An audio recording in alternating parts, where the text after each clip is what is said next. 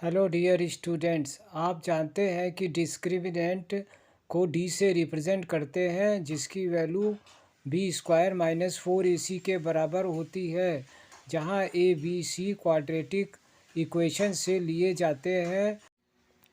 Nature of roots discriminant की value पर depend करता है। यदि डी ग्रेटर और इक्वल टू ज़ीरो हो तो रूट्स रियल होते हैं। यदि डी लेस देन ज़ीरो हो तो रूट्स रियल नहीं होते, और यदि डी इक्वल्स टू ज़ीरो हो तो रूट्स रियल और इक्वल होते हैं। क्वेश्चन 1 के पार्ट्स में आपको क्वाड्रेटिक इक्वेशन के रूट्स का नेचर फाइंड करना है, और यदि यह रियल है तो रूट्स भी फाइंड करने हैं। फर्स्ट पार्ट की equation 2x² minus 3x plus 5 equals to 0 से a equals to 2, b equals to -3 तथा c इक्वल्स टू 5 प्राप्त होते हैं, जिसका यूज़ करके डिस्क्रिमिनेंट फाइंड करते हैं, जो -31 है, अर्थात d is less than 0, so roots are not real.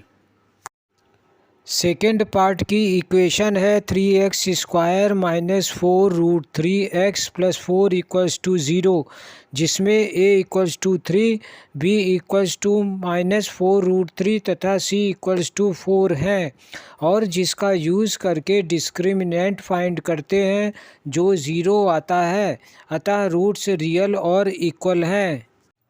अब d का यूज़ क्वाड्रेटिक फार्मूले में करने पर दो रूट्स 2/√3 तथा 2/√3 आते हैं, जो कि इक्वल हैं। थर्ड पार्ट की equation 2x² minus 6x plus 3 equals to 0 में a equals to 2, b equals to -6 तथा c इक्वल्स टू 3 है। अब डिस्क्रिमिनेंट d अर्थात b² माइनस 4ac निकालते हैं, जो कि 12 आता है, अतः d ग्रेटर देन 0 है, इसलिए दोनों रूट्स रियल और अलग अलग होंगे।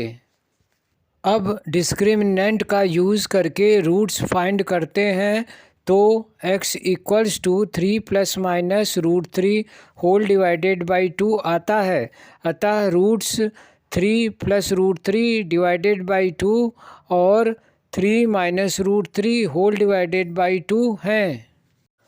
क्वेश्चन 2 के पार्ट्स में आपको के की ऐसी वैल्यू फाइंड करनी है जिसके लिए क्वाड्रेटिक इक्वेशन के रूट्स रियल और इक्वल हो।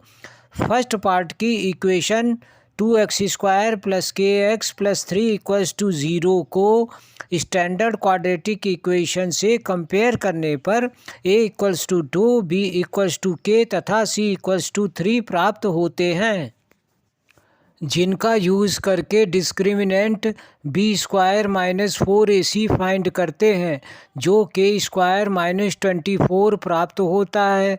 अब रूट्स इक्वल होने की कंडीशन में d इक्वल्स टू 0 होता है, अर्थात k² माइनस 24 इक्वल्स टू 0 होगा, जिससे k की दो वैल्यूज़ प्लस माइनस 2√6 होंगी।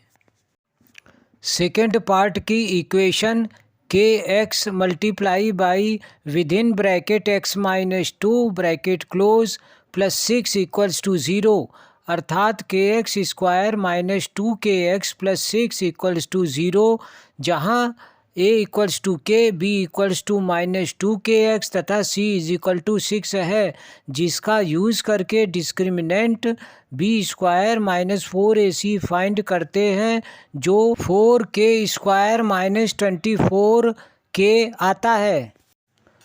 अब इक्वल रूट्स की कंडीशन में d इक्वल्स टू 0 अर्थात 4k² minus 24k equals to 0, जिससे दो फैक्टर्स 4k तथा k-6 आते हैं, जिनसे k की दो वैल्यूज़ 0 तथा 6 प्राप्त होती हैं। अब यदि k इक्वल्स टू 0 हो तो इक्वेशन में x² तथा x के टर्म्स नहीं होंगे, अतः k की वैल्यू 6 होगी। हेलो डियर स्टूडेंट्स, इस पार्ट को यहीं समाप्त करते हैं। अगर आपको ये वीडियो अच्छी लगी हो तो वीडियो को लाइक व शेयर तथा चैनल को सब्सक्राइब अवश्य कर दें। Thank you. जय हिंद।